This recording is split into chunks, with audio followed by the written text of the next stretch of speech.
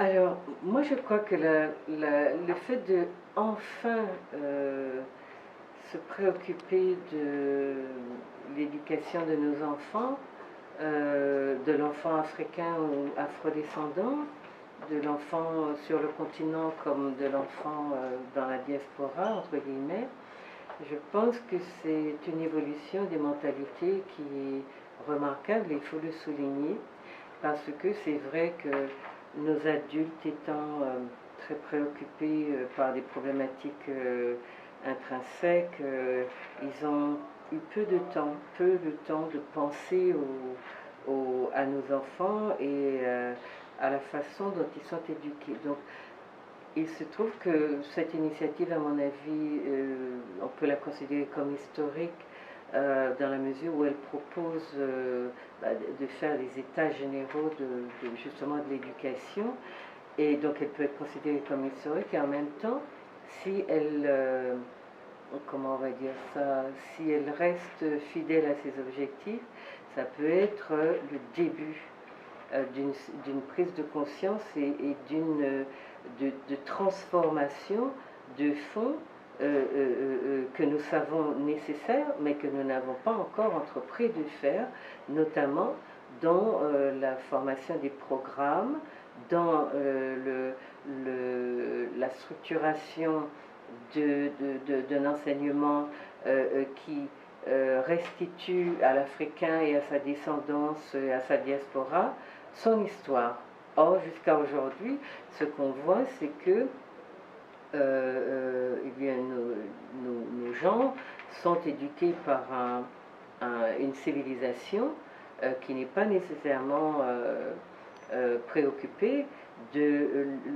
la saisie ou de la comment vous dire ça, de lui faire prendre, s'approprier sa culture et sa civilisation, mais qui au contraire le détache totalement de cette civilisation et qui en plus l'éduque de manière à ce qu'il soit les petites mains d'un système qui finalement n'a pas le souci de son émancipation. Donc commencer à travers l'enfant à remettre en question ce système éducatif, ça n'est pas nouveau, mais le faire sous forme d'états généraux, c'est important parce que on a des auteurs dans la Caraïbe, notamment en Guadeloupe, comme Danny Bebel-Gisler. Il y a quelques auteurs français qui ont écrit sur le contenu d'enseignement de l'enfant antillais. En Martinique, on a pendant longtemps réfléchi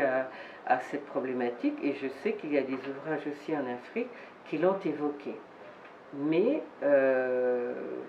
telles que fonctionnent les sociétés africaines et caribéennes, il est difficile de mettre en place un système d'éducation qui intègre les contenus qui permettraient justement l'épanouissement et l'accès à soi des Africains, des Afrodescendants. Or, les systèmes européens en place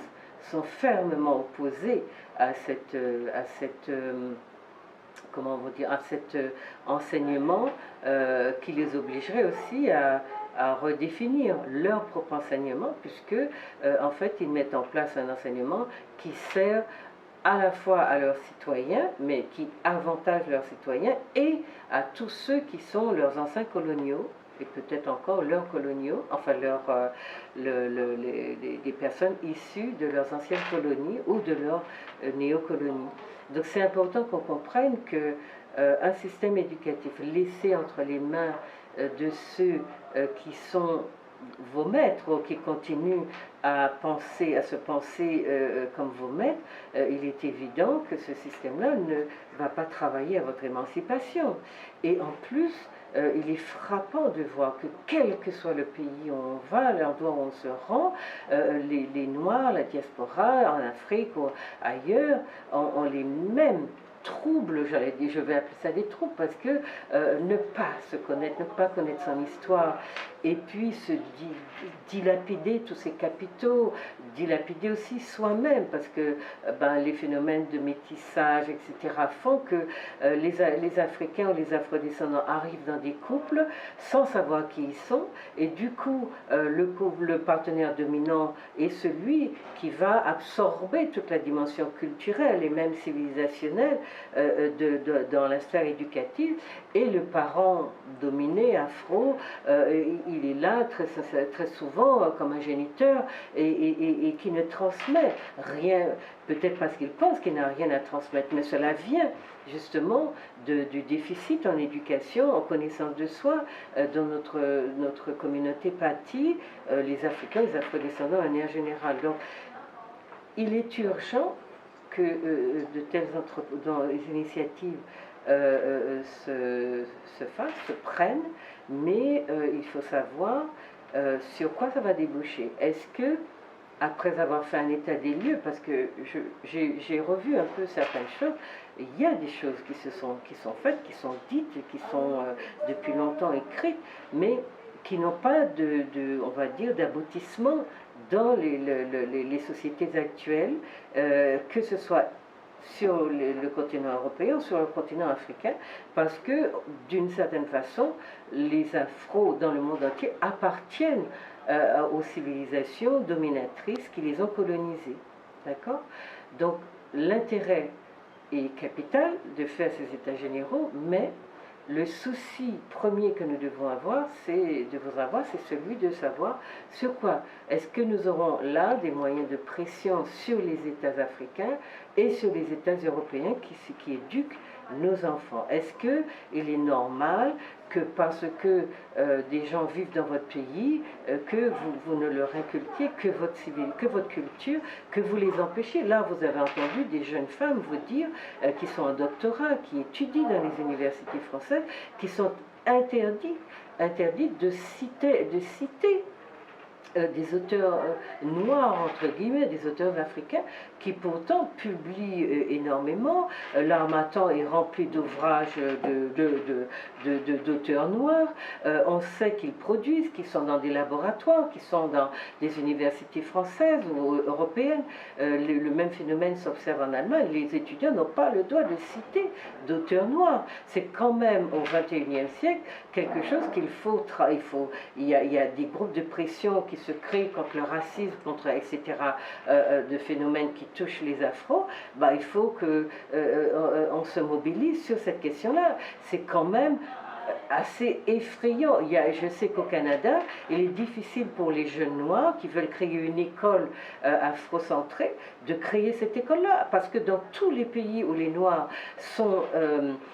vivent en diaspora et sur leur continent, il leur est interdit d'accéder à soi-même. Et ce n'est pas interdit aux Anglais, aux Allemands, aux Juifs, aux autres communautés qui vivent dans des pays d'accueil, de créer ce type d'école. Donc il y a vraiment un problème qui touche la communauté afro, et il faut qu'on comprenne pourquoi, en tout cas que ça soit élucidé, et qu'on comprenne qu'il ne s'agira pas de faire un événement de plus, mais que là, en comprenant que c'est depuis la base, depuis l'enfance, qu'il faut apprendre son histoire à l'enfant pour l'aider à se construire, j'allais dire, sereinement et dans la conviction qu'il appartient à l'humanité, et non pas que ce sont les autres qui le sont et pas lui, eh bien, il nous faudra prendre des décisions qui vont nous permettre justement de commencer, d'entamer ce processus de restitution de son histoire à l'enfant noir, aux noirs en général, ou aux kamites, ce sont des mots un peu controversés, mais qui leur permettront de se construire, voilà, comme les autres ont le droit de se construire. Voilà. Merci beaucoup.